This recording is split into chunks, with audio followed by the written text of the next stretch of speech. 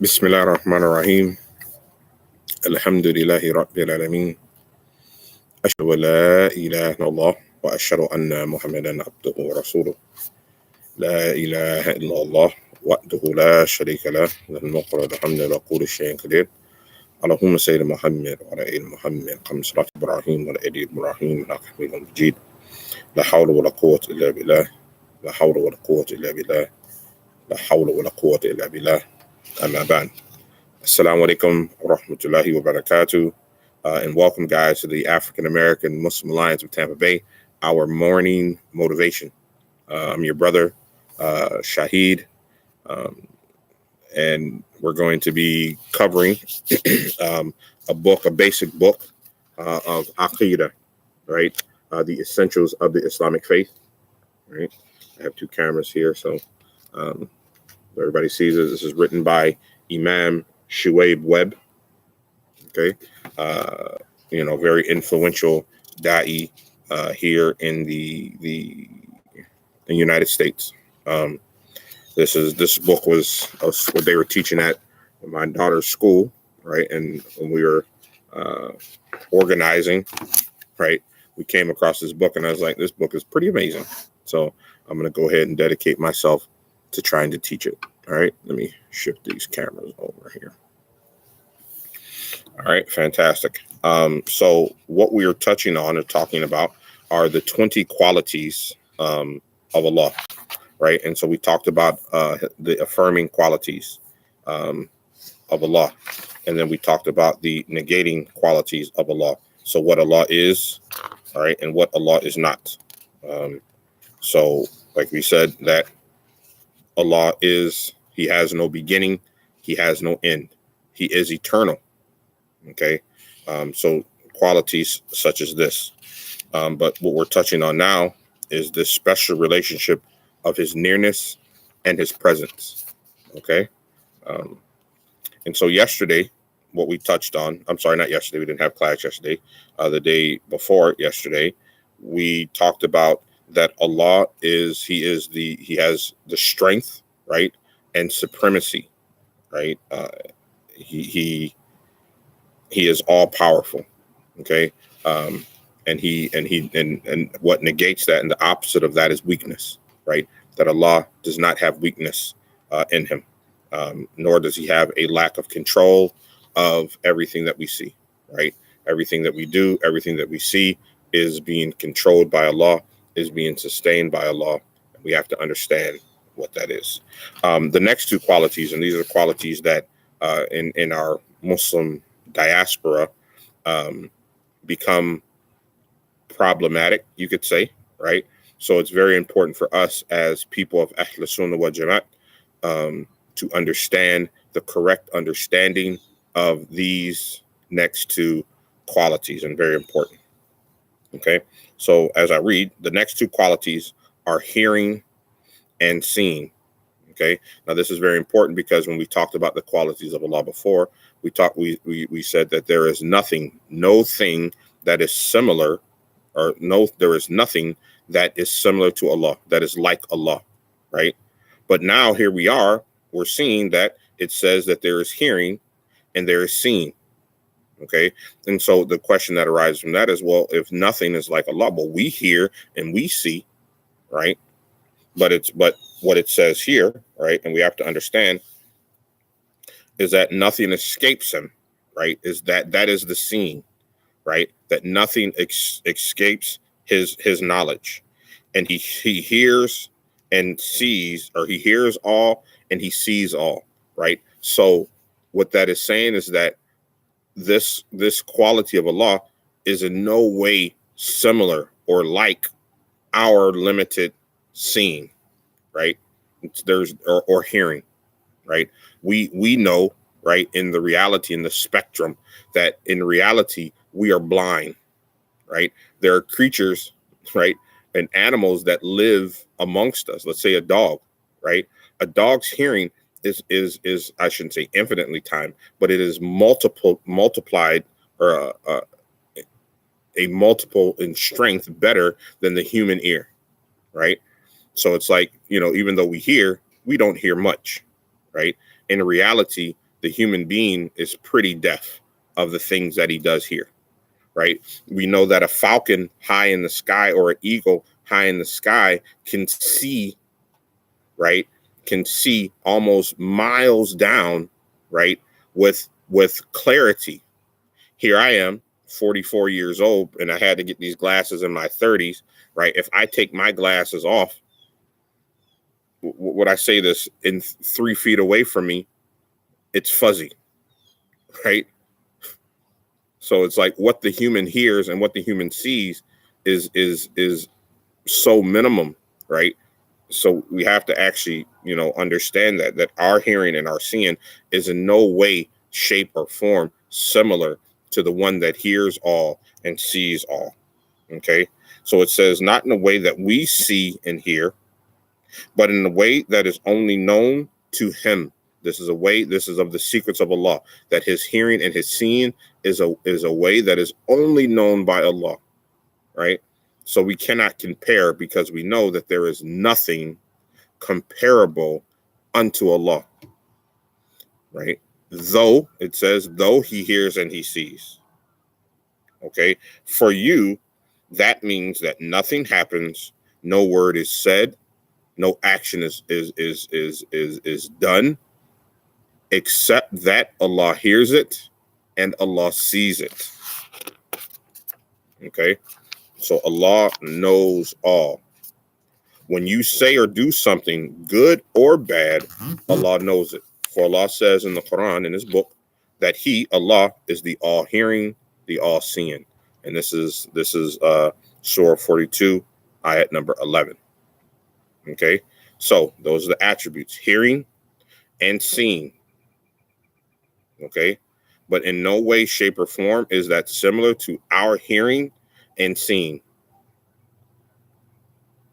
Okay, and what we understand of Allah is that this is his hearing and his seeing is known by him. Okay, and how that it is done. And the last quality in which we're going to touch on is speech. Allah's speech is eternal, having no voice or sound or language. His speech was, is, and will be, and it is unlike any created sound or speech. Okay, or it says here, created speech or sound. So as it says here, that Allah spoke to Musa, and this is in Surah number 4, ayat number 164, right? And so how do we understand that speech? It's not the uttering of, that we utter, right? This is, this is all a creation, right? If we have a larynx that vibrates, and then from that vibration, sound comes out. If we removed our teeth, it would sound different. If we removed our lips, and all of this speech that we have is a combination of different creations that Allah has given us, right? And so it's a blessing for sure, but we in no way, shape, or form should understand that our speech, the simple thing that we do, is similar to that which Allah does. Okay. And I know these points can become very confusing, but it is a point that that we have to take seriously and understand, right? That our hearing, our seeing, our speech is in no way, shape, or form similar, right, to that of the wa alaikum salam. Assalamu alaikum. Good to see you, Farouk. Good to see you, brother. Alhamdulillah, I'm glad that you're here. That our seeing, our hearing, our speech is in no way similar to the hearing, speech, and seeing of Allah. No way similar. There is no comparison between the two, because we are told in the Quran that there is nothing comparable to Allah, though he hears and he sees. Right? There is nothing comparable. Right? So once we remove this idea out of our brain of anything that is comparable to Allah, then we understand that we don't understand how Allah hears, sees, and speaks, though he does hear, see, and speak. All right. That's a very important point. And then let's see here. Lastly, it's been about 10 minutes. We can go a little bit longer, inshallah, if you all bear with me. I appreciate you guys coming. Right. In 2.9 here in this is chapter 2, section 9, it says living faith consistently. Okay. Living faith consistently. The final 7 qualities are believing that Allah was, is, and will always be living, knowing, willing, controlling, hearing, seeing, and speaking. Okay. And so what this understanding is, time is a creation of Allah. Okay. It's very difficult for us to understand this concept, right? But from what my teacher explains to us, right, is that think about in a dream, right? When you're in a dream, time is irrelevant in a dream. Okay. It's absolutely positively irrelevant, right? You might see someone who has passed away, and you will whoosh into another part of your reality and moving. Time does not play a role in your dream, right? You know that you may have a dream, and in that dream that's very emotional, you've been in that dream what might seem like years, only to wake up and realize that you've been asleep for 20 minutes. Okay. So that's the only kind of human existence reference that I can really give to us of understanding. In the next world, time is irrelevant. Time has no bearing on reality. Time is a creation of Allah. And Allah is not governed by time. Okay. So Allah is as He was and as He will be always. Okay. There is no time that governs Allah. Okay. Let's go ahead and continue what it's saying here. The final 7 qualities will help you maintain a consistent relationship with faith because they teach you that God is there. Allah is not on and off. He's not one day He's like this and the next day He's like this. But He is, was, and will be, right, as are His qualities, right? As are His qualities is how He will be always. Okay. Knowing that God is near to you will help you live responsibly and never lose hope. The first quality is that he was, is, and will be alive. Okay. So like we said, like I mentioned in this lesson, that many of our Christian brothers and sisters, when they try to refute against Islam, they say, oh, you don't worship a living God. This is a rejection of that, right? We believe that Allah is alive and will be living. All right. Allah will not die because He was never born. He is always there to support you and to keep you in check. Very important, right? That He will bless you and He will give you tribulations. For a believer, right, that tribulation that Allah sends you, it's to wake you up, right? It's to wake you up. For the disbeliever, that tribulation that Allah sends you could be a punishment. But for a believer, it's a blessing. Oh my gosh, and what am I doing? Right? I need to get back to this deen. I need to get back to my practice. All right. Assalamu alaikum, guys. I'm glad that you guys are coming. Good comments and actions in the post. I like that. Keep it coming. Right. Let's more and more activity is what's needed. Okay. So understand that for the believer, everything. That's what our Prophet ﷺ told us, that it's all good. Right. And once we understand that, then we can really begin to grow. The second quality is that Allah was, is, and will always be knowledgeable, right? He will know everything, knowledgeable of everything and all things, right? And this is what my teacher explained to me, is that not only of what has happened, what is happening, and what's going to happen, also knowledgeable of every variation that may occur. every variation. If you do this, and this, or you do this, and this, then Allah is omnipotent. He is knowledgeable and knowing of everything. Wa alaikum salam, Alana. Thank you for coming. I appreciate it. Right? I'm glad that you're here. That Allah knows every variation. Right?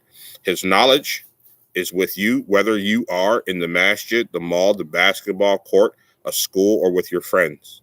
When you are struggling and feeling low, knowing that he knows is important, because that gives you a safe place to turn, right? There's nothing that has happened, that is happening, or is going to happen, except that Allah knows it. So who is the best one to turn to and ask for aid and assistance, if not Allah? Okay. The third quality is that he is, or was, is, and always will be willing. His will is ageless, and everything occurs, good or bad, because of it. Okay. So we understand that whatever happens, it is Allah's decree. Okay. And so, like the other day, I was with somebody, and we were walking, and somebody said, "Smile," and the person got upset. Like, how, Assalamu alaikum. Assalamu alaikum, Ms. Thomas. Thank you for coming. Right. And so he got upset. And I said that it's very interesting, because, Allah sends these. We know that the Prophet Muhammad SAW was known as one that was always smiling. So Allah decreed for that person, a non-Muslim, I think we were at Walmart, a non-Muslim, to advise a believer to smile and to follow the sunnah of the Prophet Muhammad SAW. Right? And so this is how we have to see our interactions, right? That Allah caused that person to say that. And for what benefit? The benefit is that a believer should never be walking around upset and angry without a smile on their face, right? We can be serious, right?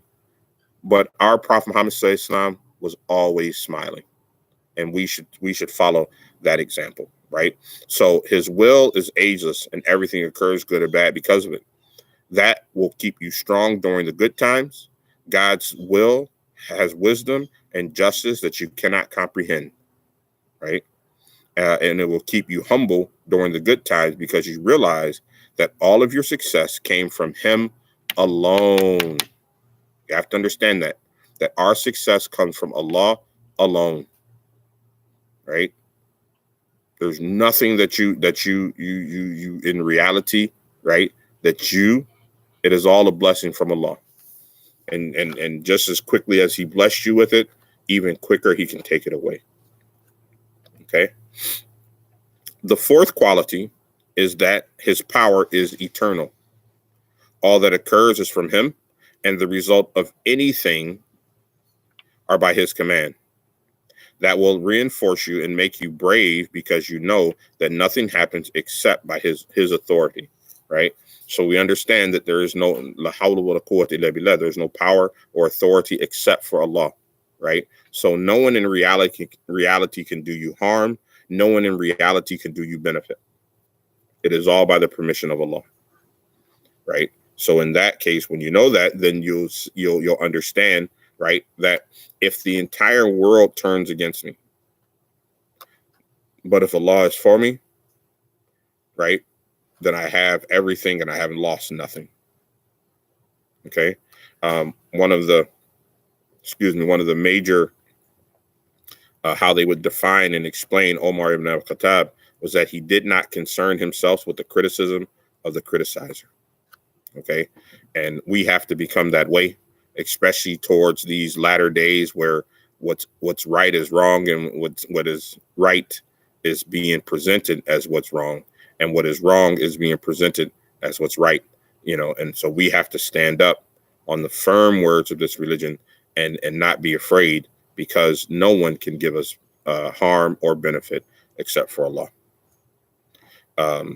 And lastly, it says the fifth, sixth, and seventh qualities are that Allah is hearing, or his hearing, his sight, and speech are ageless. Knowing that will keep you in check, make you be careful not to fall into sin, and make you confident, because you know that Allah is aware of all that you do. Okay, and we really touched on that at the beginning of this class. All right, so this class went a little bit longer. Right, we're at about 20 minutes right now, but I'm really glad you guys stuck it with me. Yeah, that you stuck with me, and I really do appreciate it. This is the end of the chapter, actually. So it has a couple questions, and so I will ask you some of the questions, and inshallah, you guys can put. Okay. So the first question, it says, "What are the negative or negating qualities, and what is their purpose?" Right? What are the negative qualities, negating qualities of Allah? And what is their purpose? Like, what does that teach us? Okay. And then one more question, right? How does knowing that Allah knows, sees, and hears all things help you make good choices? Right. So if you guys read this, if you could put this in the comments or the chat, we're here on the AAMA YouTube Live and the African American Muslim Alliance Facebook Live. So you guys put it in the comments. That would be really great. Participation. Okay, so of some of the things that we have going on in the works. So the African American Muslim Alliance of Tampa Bay, we are organizing a monthly or weekly. A weekly Zoom,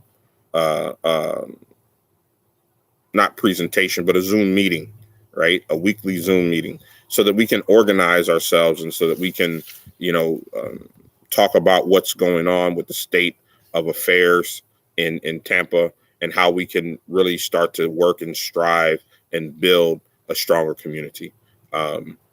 Just the other day, we got a phone call to the African American Muslim Alliance that was really disturbing. And, what I took from it is that it was difficult because we as a community were not really creating that safeguard for other people, for their safety, right? And we should really work on creating a to safeguard, for our people. So that was, a lot of things are going on, guys, within the community that are affecting the African American community, both Muslim and non-Muslim, right? And we should be at the forefront of assistance in that community. And far too many times we get messages and we are not where we need to be. Okay. So we're going to create this Zoom meeting so that we can talk about that, and the events that we have coming up. So please, guys, look out for that information. Please like this video, comment on this video, share this video. We would really appreciate it, and let's dedicate ourselves to building strong community here in Tampa. Well, first in our homes here in Tampa, Florida, and then moving it out to Florida and inshallah the country and the world, on the correct understanding of Ahl Sunnah wal Jamaat. And so let's start building. All right. So thank you guys for coming out. This has actually been one of my better classes. The activity has been amazing. Thank you guys for doing that. It's a little bit longer and I apologize about that. But so I'm going to go ahead and end it. Inshallah, you guys go out and have a great day. All right. Bismillah ar-Rahman ar-Rahim. Alhamdulillahi Rabbil Alameen. Ashhadu an la ilaha illallah. Ashhadu anna Muhammadan Rasulullah. والعصر إن الإنسان لفي خسر الذين آمنوا وعملوا الصالحات وتواصوا بالحق وتواصوا بالصبر. Assalamu alaikum, guys.